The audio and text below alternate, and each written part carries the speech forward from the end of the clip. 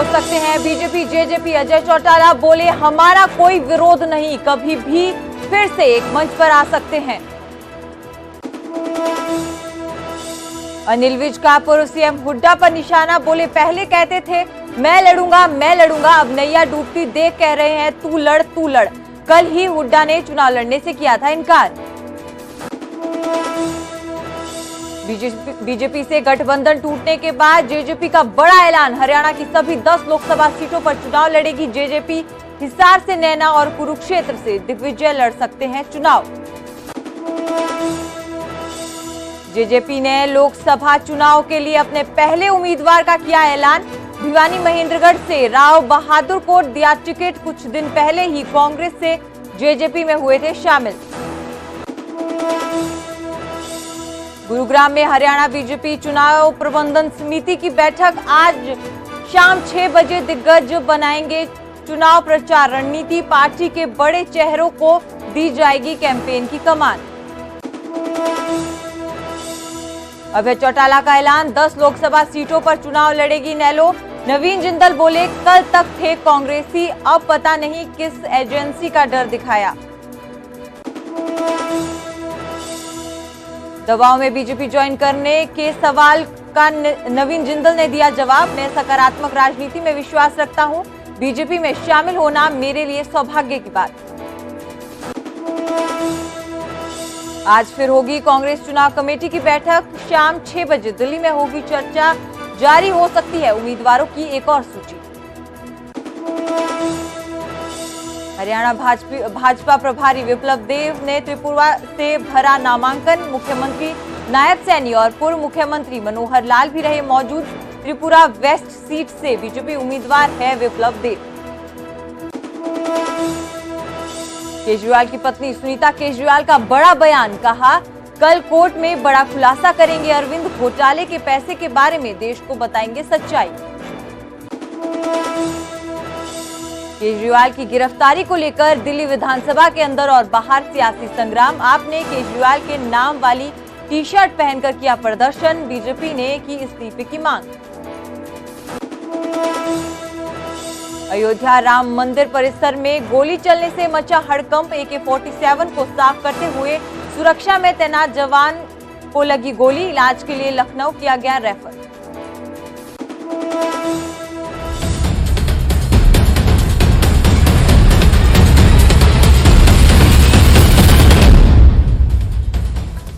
Haryana prime देख रहे सभी दर्शकों का स्वागत है। आप सभी के साथ मैं हूं सुजाता कंवर और बुलेटिन की शुरुआत करेंगे बड़ी खबर के साथ। आपको बता दें कि जेजेपी के राष्ट्रीय अध्यक्ष डॉक्टर अजय चौटाला ने बड़ा बयान दिया है। उन्होंने कहा है कि एक बार फिर बीजेपी और जेजेपी का गठबंधन हो सकता है। तो गठबंधन टूटने को लेकर बड़ा बयान और बड़े संकेत यहां पर अजय चौटाला ने दिया है। उन्होंने कहा कि हमने गठबंधन का धर्म निभाया, गठबंधन क्यों टूटा वो बीजेपी बताए।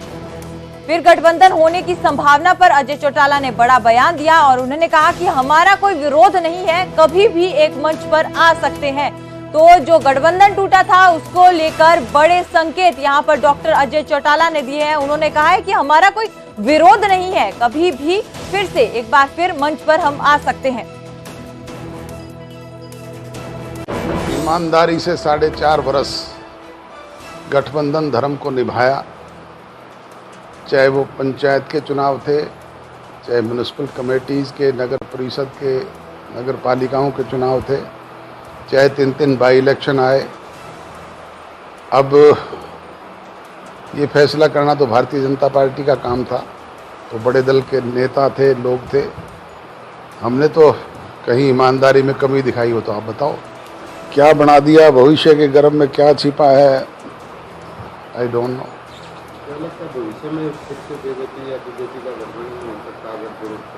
राजनीति में संभावनाएं तो छुपी रहती है। मैं तो अनेक बार पहले भी इस बारे में कह चुका हूं, आज फिर कहता हूं कि हमारी कोई ऐसी तलखी नहीं, ऐसी कोई विरोधता नहीं है। तो कभी भी एक मंच पर फिर भी इकट्ठे हो सकते हैं और पहले भी अनेक बार हुए हैं, अनेक बार अलग अलग हुए हैं।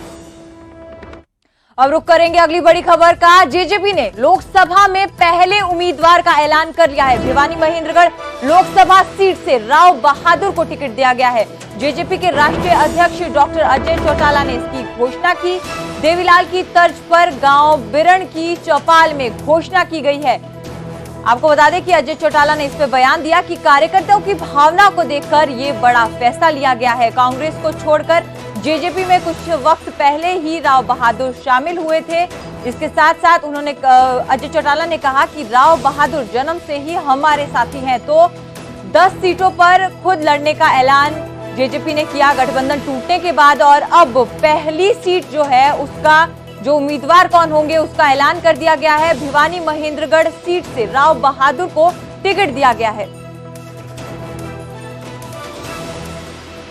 प्रोग्राम शुरू किया बीरण गांव में, वहां के लोगों की भी ये भावना थी, तो लोगों की भावना को मद्देनजर रखते हुए हमने फैसला किया है कि महेंद्रगढ़ भिवानी संसदीय क्षेत्र से हमारे प्रत्याशी राव बहादुर सिंह जी होंगे। चर्चा उठती है कि दूसरी पार्टियों से राव बहादुर सिंह अभी कांग्रेस से आए हैं, तो कितनी उम्मीदें हैं इनसे, कितना हम फाइट कर पाएंगे? राव बहादुर सिंह जी जन्मजात हमारे साथी रहे हैं। बीच में कुछ समय के लिए कांग्रेस में गए थे, वो इनका अनुभव यही बता सकते हैं कैसा रहा है। वहीं जेजेपी ने पीसीए की बैठक ली है और बैठक में फैसला किया है कि सभी 10 लोकसभा सीटों पर वो अपने उम्मीदवार उतारेगी और पहली सीट का ऐलान उन्होंने कर भी दिया है। डॉक्टर अजय सिंह चौटाला की अध्यक्षता में ये बैठक हुई है। उम्मीदवारों के नाम जो है वो शॉर्टलिस्ट किए गए हैं। तो 10 में से एक सीट पर अपना प्रत्याशी वो उतार चुके हैं। भिवानी महेंद्रगढ़ से टिकट दे दिया गया है और अब बचती हैं 9 सीटें जिन पर उम्मीदवारों के जो है शॉर्टलिस्ट नाम कर दिए गए हैं।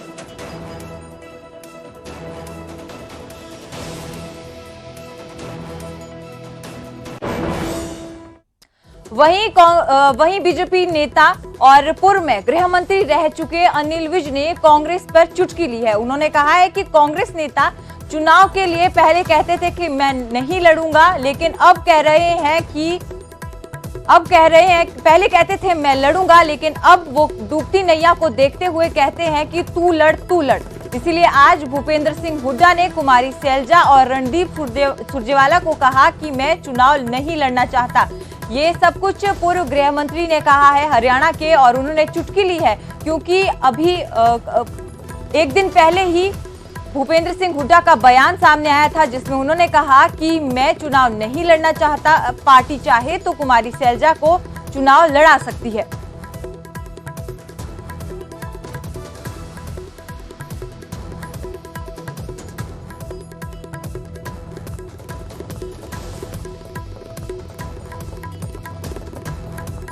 और हुड्डा साहब ने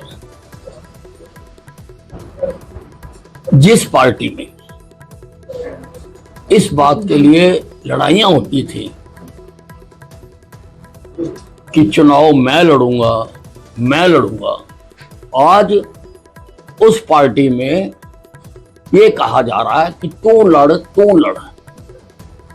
कांग्रेस की डूबती हुई नैया को देखते हुए ऐसा ही बयान आज भूपेंद्र सिंह हुड्डा जी ने दिया है।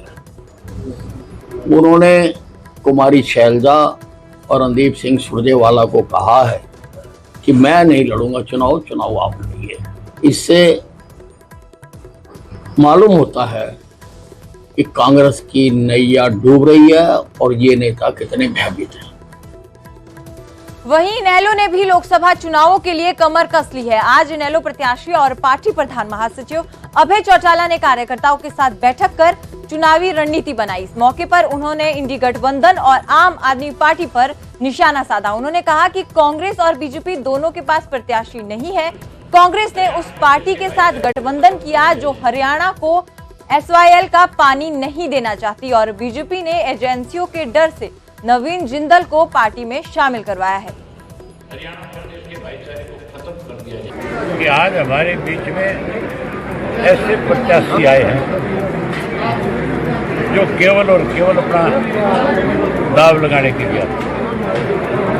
आज 2 राष्ट्रीय पार्टियां हैं, कांग्रेस है और भाजपा है। दोनों के पास अपने प्रत्याशी नहीं है। कांग्रेस तो मैदान छोड़ी, कांग्रेस ने तो आप पार्टी के जुम्मे लगा दिए और उस आम आदमी पार्टी के जुम्मे लगा दिया जो हरियाणा का SYL का पानी का घोर विरोध करते हैं। लोग इस बात को बहुत अच्छे से समझते हैं कि पंजाब की आप पार्टी ने सुप्रीम कोर्ट के फैसले को मानने की वजह से हमारे हिस्से के पानी को रोका है।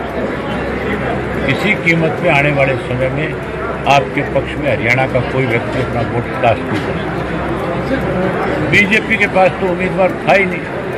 35 मिनट पहले ईडी का डर दिखा करके, CBI का डर दिखा करके नवीन जिंदल को कांग्रेस से बीजेपी में शामिल किया गया।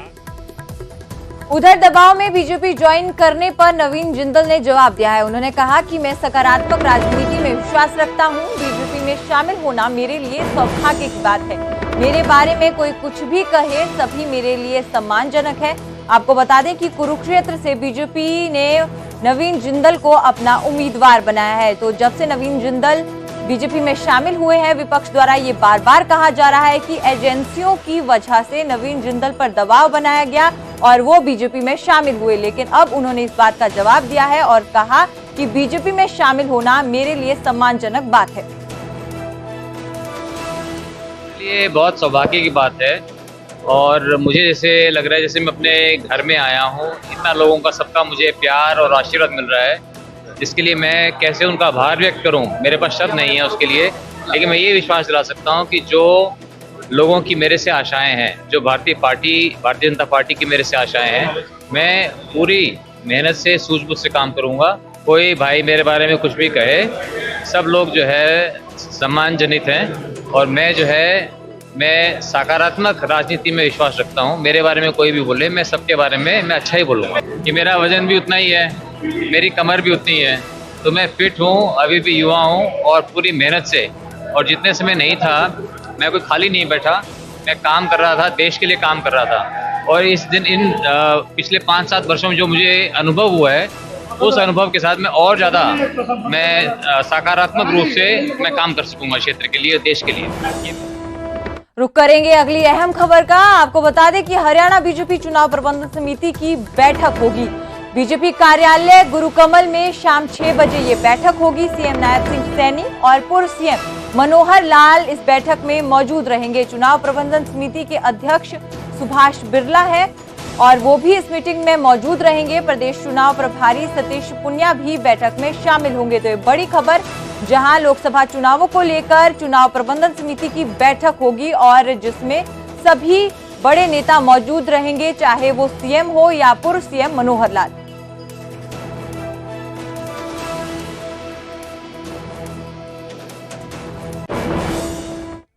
और अब रुक करेंगे अगली अहम खबर का। आपको बता दें कि कल केजरीवाल कोर्ट में बड़ा खुलासा करेंगे। ये सब कुछ कहा है केजरीवाल की पत्नी सुनीता केजरीवाल ने। उन्होंने कहा है कि छापे में ना तो सबूत मिला, ना ही पैसा और सीएम 28 मार्च को कोर्ट में बड़ा खुलासा करेंगे। इसके साथ साथ सुनीता केजरीवाल ने यह भी कहा कि खुलासा इस बारे में होगा कि कथित शराब घोटाले का पैसा कहां गया। 28 मार्च को कोर्ट के सामने केजरीवाल सब कुछ बताएंगे। ये बड़ी जानकारी दी है अरविंद केजरीवाल की पत्नी सुनीता केजरीवाल ने। 28 मार्च को केजरीवाल की ईडी की रिमांड खत्म हो जाएगी और सुनीता केजरीवाल ने कहा कि कोर्ट में ये बड़ा खुलासा किया जाएगा कि जो घोटाले का पैसा था वो कहां गया।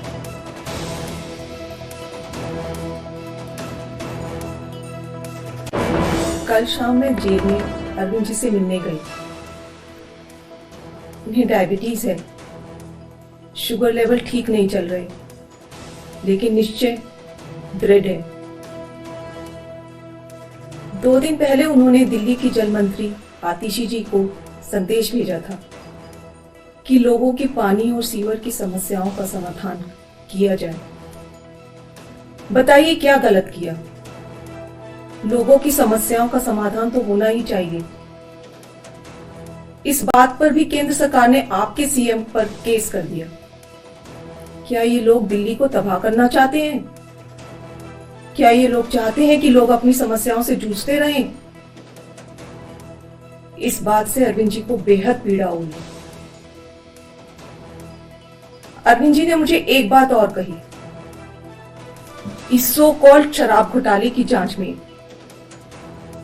ईडी ने पिछले 2 साल में 250 से ज्यादा रेड मार लिए। वो इस सो कॉल्ड शराब घोटाले का पैसा ढूंढ रहे हैं। अभी तक किसी भी रेड में एक पैसा नहीं मिला। मनीष जी के यहां रेड मारी, संजय सिंह जी की यहां रेड मारी, सत्येंद्र जैन जी की यहां रेड मारी, एक भी पैसा नहीं मिला। हमारे यहां रेड मारी, मात्र 73,000 रुपए मिले। तो वो इस सो कॉल्ड शराब घोटाले का पैसा है कहां? अरविंद जी ने कहा है कि इसका खुलासा वे 28 मार्च को कोर्ट के सामने करेंगे। सारे देश को सच सच बताएंगे कि इस सो कॉल्ड शराब घोटाले का पैसा है कहां। उसका सबूत भी देंगे। अरविंद जी बहुत सच्चे, देशभक्त, निडर और साहसी व्यक्ति हैं। उनकी लंबी आयु, सेहत और सफलता की कामना करना। उन्होंने कहा है, मेरा शरीर जेल में है, लेकिन आत्मा आप सबके बीच है। आंखें बंद करो, मुझे अपने आसपास महसूस करोगे। जय हिंद। तो देखना होगा कि 28 तारीख को अरविंद केजरीवाल कोर्ट में क्या कुछ कहते हैं। वहीं चुनावी दंगल सजने लगा है। सभी पार्टियां अपने अपने उम्मीदवारों का ऐलान कर रही है। ऐलान होने के साथ ही प्रत्याशियों ने भी समर्थन जुटाना शुरू कर दिया है। इसी कड़ी में रोहतक लोकसभा सीट से बीजेपी प्रत्याशी डॉक्टर अरविंद शर्मा लोगों के बीच पहुंचे। बादली हलके के सौंधी गांव अरविंद शर्मा पहुंचे और जीत का दावा किया। बीजेपी ने दूसरी बार डॉक्टर अरविंद शर्मा पर दांव खेला है। डॉक्टर अरविंद शर्मा ने 2019 के लोकसभा चुनाव में दीपेंद्र हुड्डा को हराया था। और बादली गांव से जो है हमारे साथ जो हमारे रोहतक लोकसभा क्षेत्र के 36 बिरादरी और जनता की टिकट है। इनके आशीर्वाद की टिकट है। माननीय प्रधानमंत्री मोदी जी, जेपी नड्डा जी, हमारे अध्यक्ष अमित शाह जी, सब ने मिलकर के हमारे खट्टर साहब, मनोहर लाल खट्टर जी, नायब सैनी जी, मैं सबका तहे दिल से धन्यवाद करता हूं कि आपने एक विश्वास मेरे अंदर जताया और जनता की फिर से सेवा करने के लिए। और मुझे पूरी उम्मीद है कि रोहतक लोकसभा 400 पार वाले 400 पार का जो टारगेट है उसमें रोहतक लोकसभा भी शामिल होगा। उसका रोहतक का हर एक किसान, मजदूर, गरीब, दलित, बैकवर्ड सब इसमें शामिल होकर के इसको 400 पार के मिशन को पूरा करें। वहीं सुभाष बराला ने बड़ा बयान दिया। सीएम नायब सिंह सैनी पार्टी प्रदेश अध्यक्ष की भूमिका सही से निभा रहे हैं, ये सब कुछ कहा है सुभाष बराला ने। साथ ही साथ उन्होंने कहा कि दोनों जिम्मेवारी इनके पास है और वो इसे बेहतर तरीके से निभा रहे हैं। पार्टी को जब भी स्टेट प्रेसिडेंट मिलेगा वो बनाएंगे। अभी तक स्टेट प्रेसिडेंट नहीं है। सीएम जो नायब सिंह सैनी है वही ये भूमिका निभा रहे हैं। तो इस पर सुभाष बराला ने कहा है कि वो अपनी जिम्मेदारी बहुत अच्छे से निभा रहे हैं। वहीं कांग्रेस पर सुभाष बराला ने तंज कसा और कहा कि कांग्रेस में ग्रुप बने हुए हैं, इसीलिए उनके नेता बीजेपी में आ रहे हैं। कांग्रेस ने एक भी उम्मीदवार की घोषणा नहीं की है, हमने सभी उम्मीदवारों की घोषणा कर दी है। तो ये बड़ा बयान राज्यसभा सांसद सुभाष बराला द्वारा दिया गया, जहां उन्होंने कहा कि प्रदेश अध्यक्ष की जो जिम्मेदारी है वो भी सीएम सैनी अच्छे से निभा रहे हैं। लोग एक बात देख रहे होंगे कि कांग्रेस पार्टी ने जिस प्रकार से अपना पार्टी के नाते व्यवहार किया है, उनके नेताओं का व्यवहार आप देख रहे हो, उनकी बयानबाजी देख रहे हो, उससे एक बात स्पष्ट दिखाई देती है कि जो खेमों में बटी हुई कांग्रेस है, धड़ों के अंदर बटी हुई कांग्रेस है, उसको ये लगता है, सब धड़ों को ये लगता है कि जनता का आशीर्वाद भारतीय जनता पार्टी को मिलेगा। तो ऐसे में हरियाणा को नया प्रदेश अध्यक्ष कब मिल रहा है? देखिए, ये तो हमारा राष्ट्रीय नेतृत्व तय करेगा कि कब मिलना है, कौन आएगा। ये हमारी पार्टी का नेतृत्व जो है उसका विशेषाधिकार होता है और वो जिससे भी राय करनी है प्रदेश के अंदर उनसे राय करके और इसका फैसला करेंगे। लेकिन मैं एक बात कहता हूं कि भारतीय जनता पार्टी की बहुत बड़ी टीम चुनाव प्रचार में लगी हुई है। बेशक आज प्रदेश अध्यक्ष जी के पास मुख्यमंत्री का भी दायित्व है, तो दोनों कामों को वो बेशक कठिनाई तो होती है समय निकालने में, लेकिन बहुत बेहतरी के साथ वो अपना काम कर रहे हैं और बहुत जल्दी मुझे लगता है कि केंद्रीय नेतृत्व कोई न कोई घोषणा इस बारे में।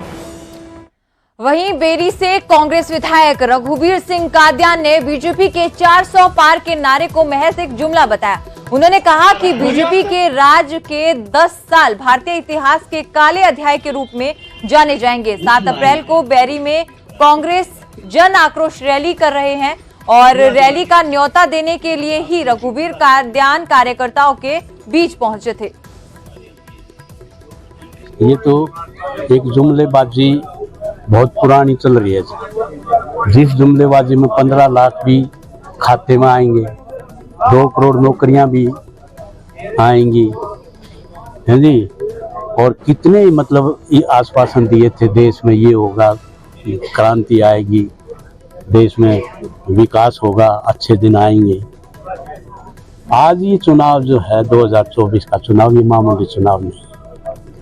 ये इंडियन हिस्ट्री में जो पिछले 10 साल हैं, ये ब्लैक हिस्ट्री की काले अध्याय के नाम से जाना जाएगा।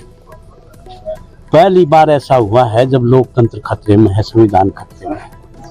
तो आज ये लड़ाई जो है ये नफरत फैलाने वालों के और प्रेम करने वालों के बीच में है।